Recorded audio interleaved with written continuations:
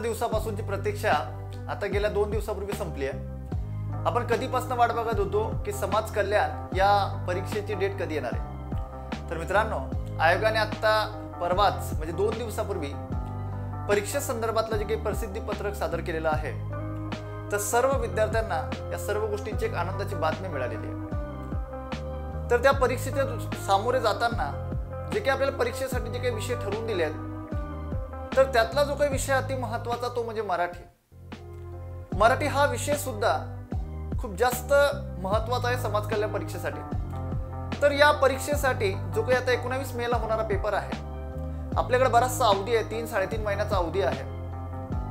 तर या परीक्षेला सामोरे जाताना मराठी विषयातले कोणकोणत्या घटकांवर अधिकाधिक भर द्यायचा, कोणत्या घटकांना जास्तीत जास्त हायलाइट करायचं की जेणेकरून आपल्याला पैकीच्या पैकी मार्क्स किंवा तिथपर्यंत आपल्याला पोहोचता येणार आहे। तर त्यासाठी हे लेक्चर, हा व्हिडिओ तुमच्यासाठी घेऊन येतो आहे आपल्या YouTube चॅनलवरती। नमस्कार, मी लक्ष्मण चौधरी, सर्वांचं लक्ष मराठी ऑनलाईन प्लॅटफॉर्मवर सहर्ष स्वागत करतो। चला जाऊया, आपण आता प्रत्यक्ष सुरुवात करूया। फक्त याच घटकांवरती भर द्यायचा आहे। आता सर्वात पहिल्यांदा अभ्यासक्रम तुम्ही बघितला असेल, तर अभ्यासक्रमामध्ये त्यांनी आपल्याला 4 मुद्दे सांगितले। आता जो काही 4 मुद्दे म्हणजे कोणकोणते 4 विषय आपल्याला सांगितले, सर्वात पहिला महत्त्वाचा विषय सांगितलेला तो म्हणजे मराठी। आता मराठीचं जे काही विश्लेषण आहे, तर समाज कल्याण अधिकारी गट ब म्हणजे आता जे काही इतर पद आहेत, समाज कल्याण अधिकारी गट ब जे काही पद खूप मोठ्या प्रमाणामध्ये हायलाइट आहे किंवा जे पद सर्वांना खूप मोठ्या प्रमाणामध्ये म्हणजे मिळालं पाहिजे असं प्रत्येकाला वाटतं, त्या पदाला जास्तीत जास्त हायलाइट केलाय। तर संयुक्त म्हणजे जो समाज कल्याण अधिकारी गट ब चा जो काही पेपर आहे, ते इतर जे काही पद आहे त्यामध्ये मराठी विषयाचा जो काही अभ्यासक्रम आहे तो विश्लेषित करून दिलेला नाही। पण समाज कल्याण गट अ चा जो काही अभ्यासक्रम आहे, तर समाज कल्याण गट अ मध्ये मराठी विषयाचं जे काही विश्लेषण आहे ते करून दिलेलं आहे। त्याच्यामध्ये या 3 घटकांचा समावेश त्यांनी केलेला आहे। तर मराठी विषय, त्याच्यानंतर दुसरा आहे तो म्हणजे जीएस, त्याला आपण मराठीमध्ये सामान्य ज्ञान असं म्हणतो। नंबर 3चा जो काही पार्ट आहे तो म्हणजे बुद्धिमत्तेचा पार्ट आहे। आणि नंबर 4 मध्ये जर तुम्ही गेलात, तर नंबर 4 मध्ये समाज कल्याण जे काही ज्या पदासाठी तो पेपर आहे, तर त्या संदर्भातल्या माहितीवरती काही प्रश्न विचारले जाणार आहेत। ओके, मग आता हे जे काही 4 विषय आहेत, त्यातला जो काही 100 प्रश्न म्हणजे हे जे काही 4 विषयांसाठी पेपर असणार आहे, तर या 4 विषयाला 100 प्रश्न असणार आहे। आणि हा पेपर कोण कंडक्ट करते, तुम्हाला सर्वांना माहिती आहे की हा पेपर कंडक्ट करते आहे MPSC म्हणजे महाराष्ट्र लोकसेवा आयोग, महाराष्ट्र पब्लिक सर्व्हिस कमिशन यांच्याकडनं ही परीक्षा घेतली जाणार आहे। म्हणजे तुम्हाला सर्वांना माहिती आहे की 100 प्रश्नांसाठी तुम्हाला हा पेपर असणार आहे। मग 100 प्रश्न जर विचारले गेले तर 1/4 एवढी निगेटिव्ह मार्किंग त्याला असणार आहे। म्हणजे 4 प्रश्न जर चुकले तर एक तुमचा जास्तीचा मार्क त्यामध्ये कट होणार आहे किंवा कापला जाणार आहे। तर त्यामध्ये जर आता इथं क्लेरिफिकेशन दिलेलं नाही, तुमच्या माहितीसाठी सांगतो की आतापर्यंत जे काही विश्लेषण आहे ते दिलेलं नाही की किती मार्कांसाठी मराठी येणार आहे। आपण असं गृहीत धरूया की 100 प्रश्न म्हटल्यानंतर जनरली जो काही आपला पॅटर्न असतो रेग्युलरचा, तो जनरली पॅटर्न असतो 25 प्रश्नांचा, म्हणजे 25-25चा हा पॅटर्न असतो। तर आपण असं गृहीत धरून अशा पद्धतीने आपण आपली लेक्चर सिरीज म्हणा किंवा अशा पद्धतीने आपण अभ्यास सुरू करूया। म्हणजे मराठी तुम्हाला किती मार्कांसाठी असणार आहे किंवा किती प्रश्नांसाठी असणार आहे, तर सर्वात महत्त्वाची गोष्ट या 3 भागांमध्ये त्यांची विभागणी करून दिलेली आहे। मग या 3 भागांमध्ये विभागणी करून दिलेली असताना पहिला जो भाग येतो तो म्हणजे व्याकरणाचा। मग व्याकरणावरती किती प्रश्न येतील, शब्दसंग्रहावरती किती प्रश्न येतील, उतारे तर ठरलेली असतात, 5 प्रश्न यावरती ठरलेली असतात। जर या तिघांमध्ये जर प्रश्न विचारले गेली, तर तिघांवरती प्रश्न विचारताना ठरलेला पॅटर्न आहे हा की उतारावरती 5 प्रश्न असतात। मग उतारावरती जर 5 असतील तर या व्याकरणावरती किती असतील, तर व्याकरणावरती 25 प्रश्न जर एकूण आपण घेतले, तर 25 प्रश्न जर आपण बघितले तर 12 ते 13 प्रश्न व्याकरणावरती विचारले जाणार आहेत। मग व्याकरणावरती कोणकोणत्या घटकांवरती आपल्याला जास्तीत जास्त भर द्यायचा आहे ते मी या लेक्चरमध्ये तुम्हाला सांगणार आहे।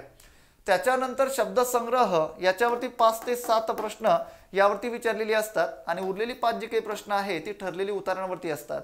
अशा पद्धतीने त्याचं विश्लेषण किंवा त्याची विभागणी अशा पद्धतीने असणार आहे। आता पुढे जाऊया, आपण प्रत्यक्ष सुरुवात करूया। सर्वात पहिलं जे काही प्रकरण ते भाषेची पार्श्वभूमी विकास।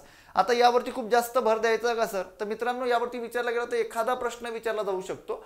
मग तो एखादा प्रश्न कुठे विचारला जाऊ शकतो, तर एखादा प्रश्न इथे विचारला जाऊ शकतो ज्या काही लिपी आहेत आपल्या, त्या लिपीच्या प्रकारांवरती आतापर्यंत आयोगाने जास्तीत जास्त प्रश्न विचारलेले आहेत। म्हणजे तुमची देवनागरी लिपी असेल, खरोष्टी असेल, मोडी लिपी असेल, धावलिपी असेल, जे काही वेगवेगळ्या प्रकारे लिपींचे प्रकार आहेत बरोबर, त्यांच्यावरती आतापर्यंत एक प्रश्न आतापर्यंत म्हणजे आयोगाने खूप मोठ्या प्रमाणामध्ये विचारलेली आहेत. तर लिपी हा पार्ट खूप जास्त महत्त्वाचा आहे यातला. म्हणजे तुम्ही इतर गोष्टींकडे लक्ष दिलं नाही दिलं एवढा काही फरक पडणार नाहीये. आणि दुसरा एक महत्त्वाचा पार्ट तुम्हाला सांगायचा महत्त्वाचा तो म्हणजे व्याकरण. आता व्याकरणावरती संयुक्त गट ब आणि क ला मुख्य परीक्षेला यावरती प्रश्न विचारला गेलाय. म्हणजे या दोन घटकांवरती तुम्ही इथं अभ्यास केला तर बेस्ट असणार आहे. म्हणजे प्रश्न विचारला गेला दोघांवरती. आता मी फक्त माझ्या मनाने सांगत नाहीये, आतापर्यंत आयोगाने जे काही प्रश्न विचारलेले आहेत तेच तुमच्या समोर मांडतोय. ओके. आणि पॅटर्न जो काही असतो तो पॅटर्न तोच असतो. हे पहिलं प्रकरण होतं आपलं. त्याच्यानंतर नंबर 2 मध्ये जर आलात तुम्ही तर वर्णविचार, हे अति महत्त्वाचं प्रकरण आहे बरोबर. म्हणजे परीक्षा कोणतीही असू दे, कोणत्याही पेपरमध्ये या प्रकरणावरती 1 ते 2 प्रश्न कंपल्सरी असतो. माझ्या बोलण्याकडे लक्ष असू द्या. ते मराठी 10 मार्कांचं असू द्या का 25 प्रश्नांचं असू द्या, कितीही प्रश्नांचं मराठी असू द्या, या घटकावरती 1 ते 2 प्रश्न कंपल्सरी असतो मित्रांनो. मग याच्यामध्ये कुठल्या कुठल्या घटकांवरती जास्तीत जास्त प्रश्न विचारले जाऊ शकतात. तर सर्वात महत्त्वाची गोष्ट मला तुम्हाला सांगायला आवडणार आहे की इथं वर्णाच्या व्याख्येवरती प्रश्न विचारला जाऊ शकतो किंवा अक्षराविषयी योग्य पर्याय निवडा याच्यावरती प्रश्न विचारला जाऊ शकतो. म्हणजे या ज्या संकल्पना मी सांगितलेल्या आहे याच्यावरती जास्तीत जास्त प्रश्न विचारण्याची दाट शक्यता आहे. त्याच्यानंतर अजून पुढे कुठं तर इकडं. ओके. वर्णांचे प्रकार. मग वर्णांच्या प्रकारामध्ये तुमचे कोणते स्वर आहे, स्वरादी आहे, व्यंजने आहे, त्याच्यावरती प्रश्न विचारला जाऊ शकतो. ओके. त्याच्यानंतर पुढे तुम्ही वर्णांची उच्चारस्थाने, हाही खूप महत्वाचा आहे. जिथे जिथे मी स्टार करतोय ते घटक खूप जास्त महत्वाचे आहेत त्या प्रकरणातले. मी तुम्हाला सांगतोय की यावरती तुम्ही जर भर दिला ना तर 100% तुम्ही खूप मोठ्या प्रमाणामध्ये मार्क मराठीमध्ये मिळवणार आहे. त्याच्यानंतर वर्णांचे प्रकार, वर्णांची उच्चारस्थाने, कंठ, तालव्य, मूर्धन्य, दंते, ओष्ठ्य बरोबर. याच्यावरती प्रश्न येतो म्हणजे येतो. जर विचार जर विचारली गेली तर म्हणजे जास्तीत जास्त प्रश्न विचारण्याची दाट शक्यता कुठे असते तर वर्णांच्या उच्चारस्थानावरती असते बरोबर. त्याच्यानंतर जर तुम्ही पुढे आलात ना तर इकडं विशेष संयुक्त व्यंजन हा एक महत्त्वाचा पार्ट आहे. जिथे जिथे मी स्टार केलेला आहे त्यावरती जास्तीत जास्त भर द्या. आणि जर तुम्हाला वेळ मिळाला तर इतर जे काही घटक आहेत त्याच्याकडे तुम्ही लक्ष देऊ शकतात. हे आपलं दुसरं प्रकरण होतं. जास्त वेळेचं लेक्चर नसणार आहे, कमी वेळेचं असणार आहे. तिसरं प्रकरण आहे जोडाक्षरे. जोडाक्षरांवरती सुद्धा अलीकडच्या काळामध्ये जास्तीत जास्त म्हणजे जास्त नाही पण एक प्रश्न यावरती विचारला जातो. ओके. आयोग एक प्रश्न यावरती विचारू शकते. मग यामध्ये काय विचारलं जाऊ शकते, आत्ता जो काही राज्यसेवा मुख्यचा पेपर झाला त्याच्यावरती 2 प्रश्न विचारले. म्हणजे एक संयुक्त गट ब मुख्य परीक्षेच्या पेपरला एक प्रश्न विचारलेला होता आणि राज्यसेवा मुख्य परीक्षेच्या पेपरला सुद्धा एक प्रश्न विचारलेला होता.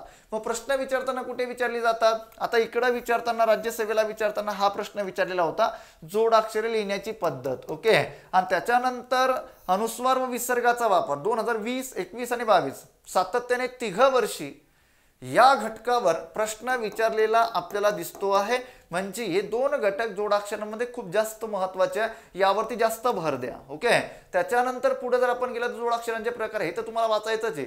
हे वाचल्यानंतरच बाकीच्या गोष्टी समजणार आहे. पण जास्तीत जास्त प्रॅक्टिस, जास्तीत जास्त भर कोणत्या गोष्टीवरती द्यायचा आहे तर जे सांगतोय तुमच्यापर्यंत जी माहिती पोहोचवतोय त्यावरती जास्तीत जास्त भर असू द्या. त्याच्यानंतर पुढे चला बघा, संधी. संधी म्हटल्यानंतर यावरती विचारला गेला तर एखादा प्रश्न, नाही तर विचारला पण जात नाही. ओके. यावरती विचारला गेला तर एखादा क्वेश्चन विचारला जाऊ शकतो, अदरवाईज नाही.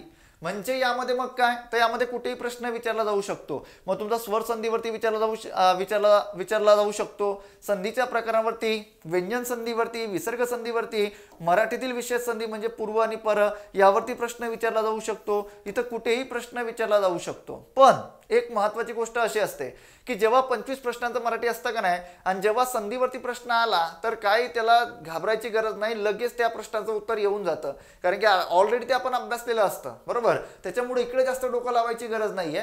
त्याच्यानंतर पुढचं आता सर्वात महत्त्वाची गोष्ट जी की आता 3-3.5 महिने आपल्याकडे बॅचसाठी आहे किंवा 3-3.5 महिने पेपरसाठी आहे. तर आपली जी काही लक्ष मराठी अकॅडमीचं ॲप आहे मित्रांनो, थोडं जाहिरातीवरती बोलणं सुद्धा खूप जास्त महत्त्वाचं आहे. कारण की तुम्हाला कसं कळणार आहे की संपूर्ण आयोगाच्या पद्धतीने बदलतं स्वरूप त्याची बॅच आपल्याला करता येणार आहे. ओके. तर मग त्यामध्ये आपलं लक्ष मराठी अकॅडमीचं तुम्ही प्ले स्टोरला जाऊन ॲप डाउनलोड करा. डाउनलोड केल्यानंतर तुम्हाला स्पेशल समाज कल्याण अधिकारी नावाची बॅच तिथं असणार आहे. त्या बॅचमध्ये मी संपूर्ण आतापर्यंत झालेले जे काही क्वेश्चन आहेत, पेपर आहेत ते तर मी घेणार आहे, यूट्यूबला सुद्धा घेणार आहे. ज्यांनी आपलं यूट्यूब चॅनल अजूनही सबस्क्राईब केलं नसेल त्यांनी आवर्जून सबस्क्राईब करा. त्यामध्ये तुम्हाला बॅचचे वैशिष्ट्य की संपूर्ण बॅच आयोगाच्या धर्तीवर अवलंबून आहे. घटकनीय प्रश्न विश्लेषण तिथं मी बॅचमध्ये घेतलेलं आहे ऑलरेडी. त्याच्यानंतर घटकनिहाय नोट्स तुम्हाला उपलब्ध असणार आहे आणि त्याही परिपूर्ण आयोगाच्या स्वरूपानुसार. फी फक्त 799 रुपये ठेवली आहे आपण. ओके. आणि यामध्ये कालावधी परीक्षेपर्यंत, परीक्षा अजून पुढे गेली तरी सुद्धा तुम्हाला बॅच बघता येणार आहे. ओके. आणि त्याच्यानंतर आपलं युट्यूब चॅनल लक्ष मराठी अकॅडमी या नावाने आहे. टेलिग्राम आहे लक्ष मराठी अकॅडमी पुणे. परिपूर्ण परीक्षा दृष्टिकोनातून अपडेट्स तुम्हाला इथं या टेलिग्राम चॅनलवरती खूप मोठ्या प्रमाणामध्ये मिळणार. त्यानंतर लक्ष मराठी अकॅडमी या नावानेच आपलं इंस्टाचं अकाउंट आहे, त्याला सुद्धा फॉलो करा. ओके.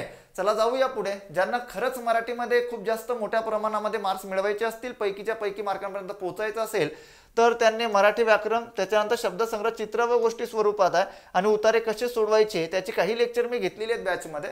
त्याच्यामुळे काही अडचण नाही, परफेक्ट पद्धतीने तुमची तयारी होणार आहे. चला जाऊया आपण पुढे. आता बघा पुढे शब्दांच्या जाती हा अति महत्त्वाचा पार्ट आहे. शब्दांच्या जातींमध्ये सर्वात पहिली जात तुम्हाला सर्वांना माहिती आहे की विकारी शब्द. विकारी शब्दांमध्ये नाम. आता नामामध्ये जर आपण गेलो ना तर यावरती एखादा प्रश्न विचारला जाऊ शकतो. आता राज्यसभेने 2021ला पण विचारला, 22लाही विचारला, 23लाही प्रश्न विचारला. सर्वात जास्त यामध्ये भाववाचक नाम आणि नामाचे उपयोग जे काही आहे त्यावरती प्रश्न विचारला जातो. पण आता अलीकडच्या काळामध्ये सामान्य नाम विशेष नामावरती प्रश्न विचारला. मग कशावरती प्रश्न विचारला? सामान्य नाम ओळखा विशेष नाम ओळखा असं नाही, तर प्रश्न विचारण्याची पद्धत इथं बदलते आहे. तर इथं प्रश्न विचारण्याचं स्वरूप असं होतं की त्याची जी काही वैशिष्ट्ये आहे त्या वैशिष्ट्यांवरती इथं प्रश्न विचारलेला. बरोबर की जी वैशिष्ट्ये आपल्या नोट्समध्ये तुम्हाला उपलब्ध असणार आहे. त्याच्यानंतर पुढे जर आपण गेलो तर सर्वनामे. सर्वनामे म्हटल्यानंतर एखादा प्रश्न विचारला जाऊ शकतो, विचारला जाईलच असं नाही. मग विचारला गेला तर कुठे सर? तर या घटकावरती विचारला जाऊ शकतो. सर्वनामाचे प्रकार जे काही 6 सर्वनामाचे प्रकार आहे त्यावरती एखादा प्रश्न विचारला जाऊ शकतो. त्याच्यानंतर थोडं पुढे या. विशेषण म्हटल्यानंतर विशेषणावरती सुद्धा एखादा प्रश्न विचारला जाऊ शकतो, विचारला जाईलच असं नाही. तर इकडं जे काही आपले विशेषणाचे मुख्य प्रकार आहे त्यावरती प्रश्न विचारला जाऊ शकतो. आदि विशेषण, विधी विशेषण हे एकदम म्हणजे सोप्या संकल्पना आहे, त्यावरती प्रश्न येईलच असं नाही. किंवा विशेषणाच्या वैशिष्ट्यांवरती प्रश्न विचारला जाऊ शकतो. ओके. त्याच्यामुळं याची सुद्धा रिव्हिजन असणं मस्त आहे. त्याच्यानंतर क्रियापद यावरती 100% प्रश्न विचारण्याची दाट शक्यता असते, कारण की या घटकावर बऱ्याचशा संकल्पना अवलंबून आहे. म्हणजे सर्वात पहिली महत्त्वाची गोष्ट म्हटल्यानंतर वाक्यातील जो काही कर्ता आणि वाक्यातील जे काही कर्म या दोघं संकल्पना ज्या महत्त्वाच्या आहेत त्या या घटकावर खूप मोठ्या प्रमाणामध्ये अवलंबून आहे. त्याच्यामुळे या घटकावर प्रश्न विचारला जाऊ शकतो. किंवा धातू, कृदंते, धातू ही संकल्पना नेहमी पेपरमध्ये विचारली जाणारी आहे. ओके. त्याच्यानंतर जे काही मुख्य प्रकार आहे अकर्मक सकर्मकवरती नेहमी प्रश्न विचारला जातो. म्हणजे याची रिव्हिजन तुम्हाला, या घटकाची रिव्हिजन खूप जास्त मोठ्या प्रमाणामध्ये करायची आहे. आतापर्यंत आयोगाने विचारलेले जे काही प्रश्न आहे त्यावरती माझं भाष्य चालू आहे, त्यावरती मी फक्त बोलतो आहे. समजलं का? ते तो कल समोर ठेवून या सर्व संकल्पना तुमच्यापर्यंत मी पोहोचवतोय. त्याच्यानंतर पुढे आलात ना तुम्ही तर क्रियाविशेषण अव्यय. क्रियाविशेषण अव्ययावरती विचारला तर विचारला. 25 प्रश्नांना जेव्हा मराठी असते तेव्हा या घटकांवरती प्रश्न विचारण्याची दाट शक्यता नसते. लक्षात असू द्या. जर यामध्ये विचारला गेला तर जे काही स्वरूपमूलक आणि अर्थमूलक आहे त्याच्यामध्ये स्थानिक क्रिया विशेषण जे काही आहे आयोगाने 2 वेळेस यावरती प्रश्न विचारलेला आहे. स्थानिक क्रिया विशेषण अव्यय जे काही आहे तर स्थानिक क्रिया विशेषण अव्यय कशाला म्हणतात, त्याच्यानंतर स्थानिक क्रिया विशेषण अव्ययामध्ये कोणत्या घटकांचा समावेश होतो त्यावरती प्रश्न विचारला गेलाय. म्हणजे तुम्ही इतर घटक नाही जरी वाचले ना तरी फक्त तुम्ही त्याची उत्तरं देऊ शकतात. पण सर्वात महत्त्वाची गोष्ट काय की अर्थमूलक आणि स्वरूपमूलक या प्रकारांमध्ये विद्यार्थ्यांचा गोंधळ होतो, कारण की त्यांची ते रिव्हिजन नसते. त्याच्यामुळे या घटकांकडे जरा जास्तीत जास्त लक्ष असू द्या.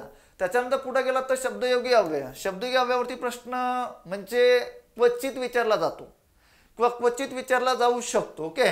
याच्याकडे तुम्ही समजा रिव्हिजन केली नाही केली काही अडचण नाही. आता गट क ला या घटकावरती जास्तीत जास्त प्रश्न विचारले, कारण की विद्यार्थी म्हटल्यानंतर फक्त शब्दयोगी अव्ययाचे उपप्रकार जे काही आहे ते अभ्यासतो.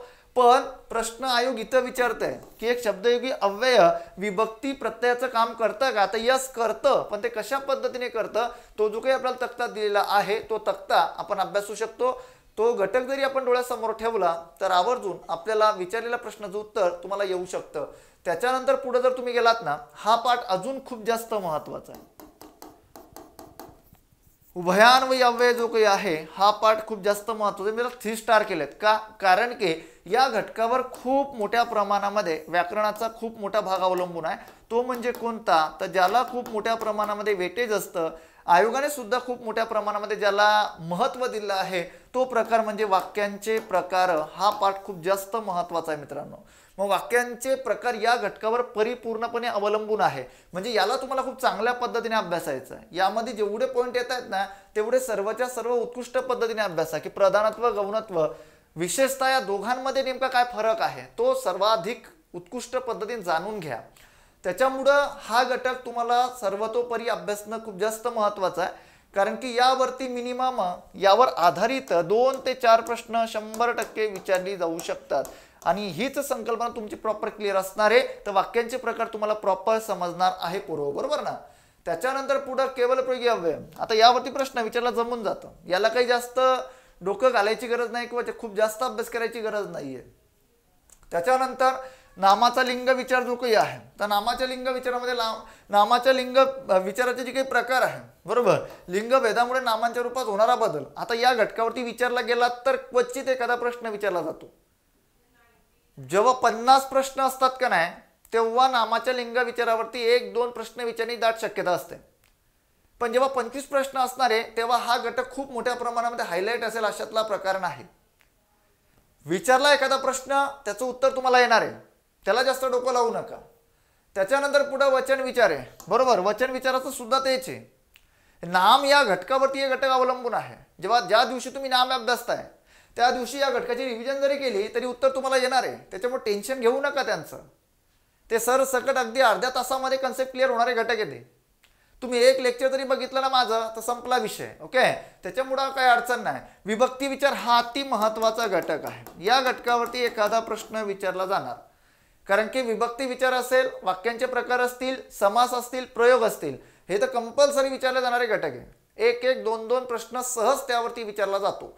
मग विभक्ती विचारामध्ये काय असतं सर, तर विभक्ती विचारामध्ये या घटकाच्या संकल्पना तुमच्या क्लिअर असाव्यात, की त्याच्यामध्ये उपपद काय असतं, कारक काय असतं, प्रत्यय काय असतं, सामान्य रूप काय असतं.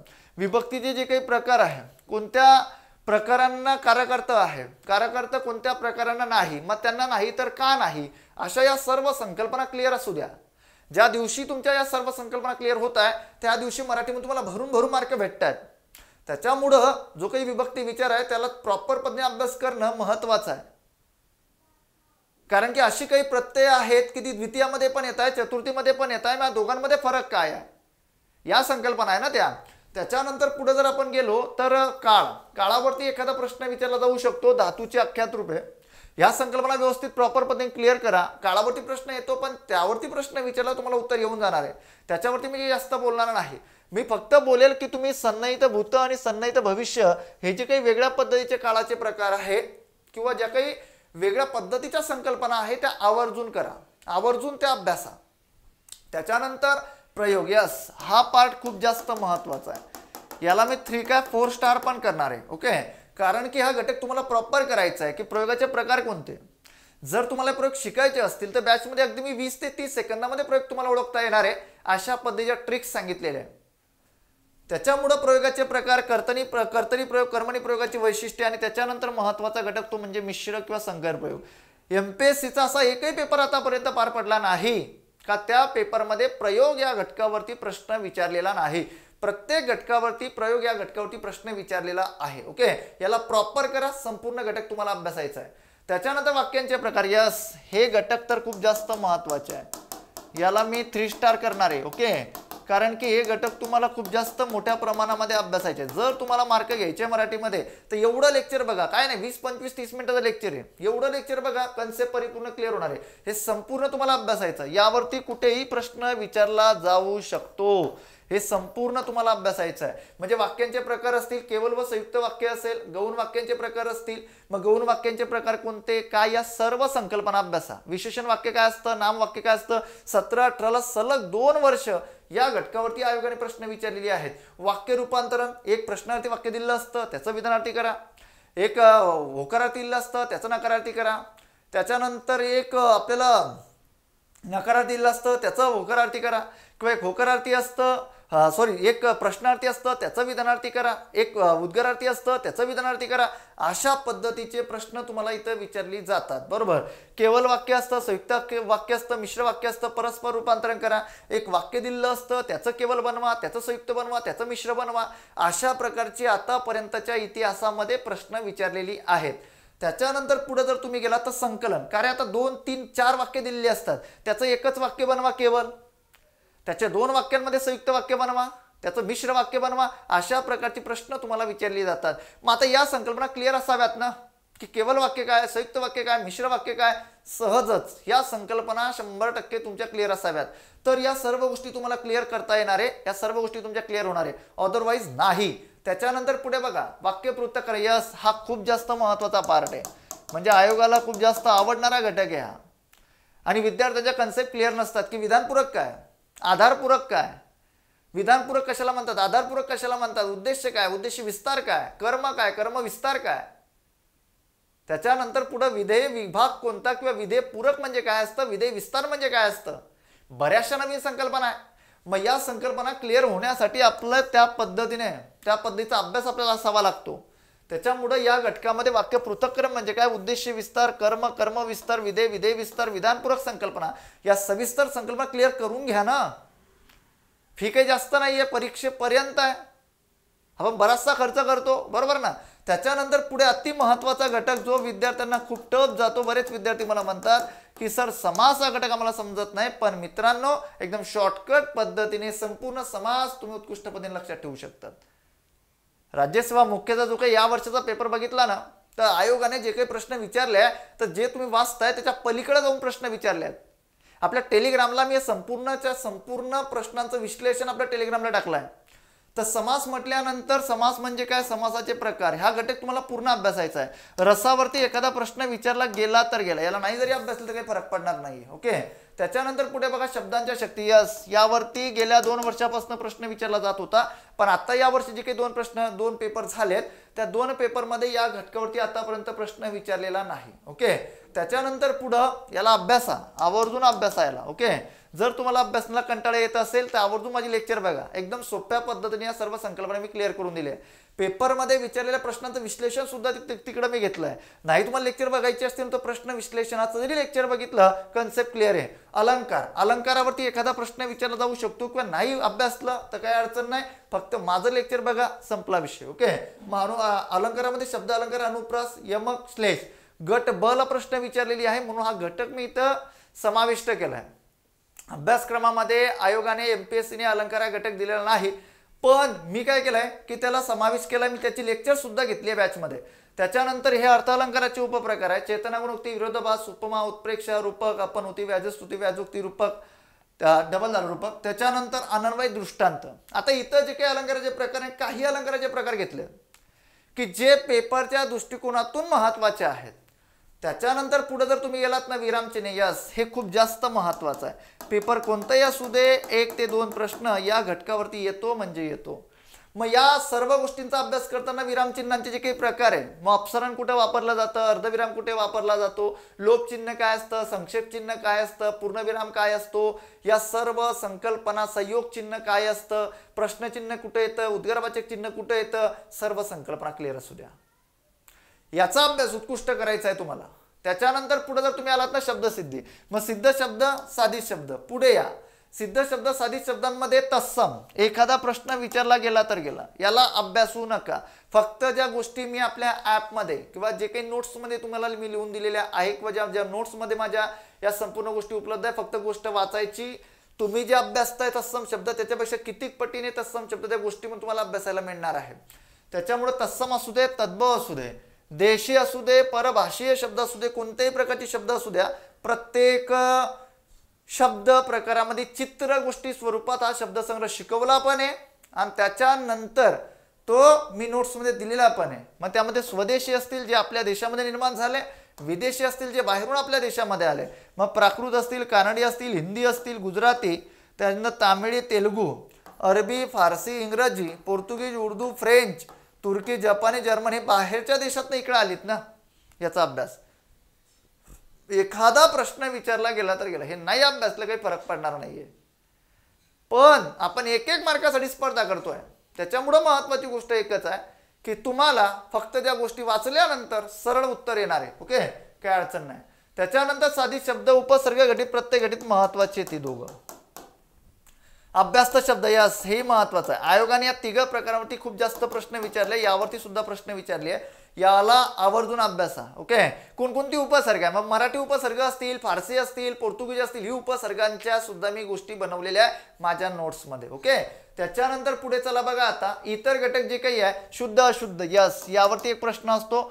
याला नाही अभ्यासलं काही अडचण नाही, याला नाही अभ्यासला अडचण नाही, यालाही नाही अभ्यासला अडचण नाही, याला नाही अभ्यासला अडचण नाही, पण याला आवर्जून अभ्यासा. म्हणी म्हटल्यानंतर पेपर कोणताही असो, समानार्थी शब्द म्हटल्यानंतर पेपर कोणताही असो, विरुद्धार्थी शब्द म्हटल्यानंतर पेपर कोणताही असो, जिथं जिथं स्टार करतोय त्यावर जास्तीत जास्त भर द्या. तीच प्रश्न तुम्हाला पेपरमध्ये विचारली जाणार आहे. ओके, तीच प्रश्न, त्याच घटकावरची प्रश्न तुम्हाला पेपरमध्ये येणार आहे. 25 प्रश्नांसाठी मराठी आहे. शब्दसंग्रह एवढ्या मोठ्या प्रमाणातला आहे. आता मी काय केलंय की समानार्थी शब्द असतील, म्हणी असतील, मी 2 भागांमध्ये विभागणी करून दिली तुम्हाला नोट्समध्ये, की या दैनंदिन जीवनामध्ये ऐकल्या जाणारी समानार्थी शब्द, त्याच्यानंतर न ऐकलेली समानार्थी शब्द. फक्त तुम्हाला न ऐकली जाणारी समानार्थी शब्द वाचायची आहे, तुमचा वेळ वाचतोय. त्याच्यामुळं शब्दसंग्रहावरती आपल्या बॅचमध्ये जास्तीत जास्त माझा मोठा भर असतो. त्याच्यानंतर पुढे जर तुम्ही गेलात तर उतारा कसा सोडवावा, ओके, त्यावरती काही लेक्चर तुम्हाला बघायला मिळणार आहे. त्याच्यानंतर त्याची टेक्निक उतार्यांची, तुम्हाला कशा पद्धतीने उतार, म्हणजे वेळ वाचून उतारा कशा पद्धतीने सोडवला पाहिजे हे तुम्हाला मी सांगणार, की उत्तर कुठे असतं उतार्याचं, त्याचं कौशल्य कसं विकसित करायचं ते मी या लेक्चरमध्ये सांगितलेलं आहे. त्याचा उपयोग तुम्हाला खूप मोठ्या प्रमाणामध्ये होणार आहे. अशा पद्धतीचं आपलं अतिशय कमी वेळेचं लेक्चर होतं. सर्वांनी आवर्जून लेक्चर बघा. जर तुम्हाला लेक्चर खरंच आवडत असेल, लाईक करा, तुमच्या मित्रांपर्यंत पोहोचवा, शेअर करा. आपलं अजूनही सबस्क्राईब केलं नसेल तर आवर्जून सबस्क्राईब करा. इथं मी थांबतोय आणि इथून आपली पुढे जी काही आपली जी काही यूट्यूब सिरीज आहे, समाज कल्याणला विचारलेली आतापर्यंत झालेल्या प्रश्नांचे जे काही प्रश्न विचारले त्याचं मराठी जे काही विश्लेषण आहे ते आपल्या यूट्यूब चॅनलवरती मी घेणार आहे. सर्वांनी सबस्क्राईब करून ठेवा. सर्वांना धन्यवाद. जय हिंद, जय महाराष्ट्र.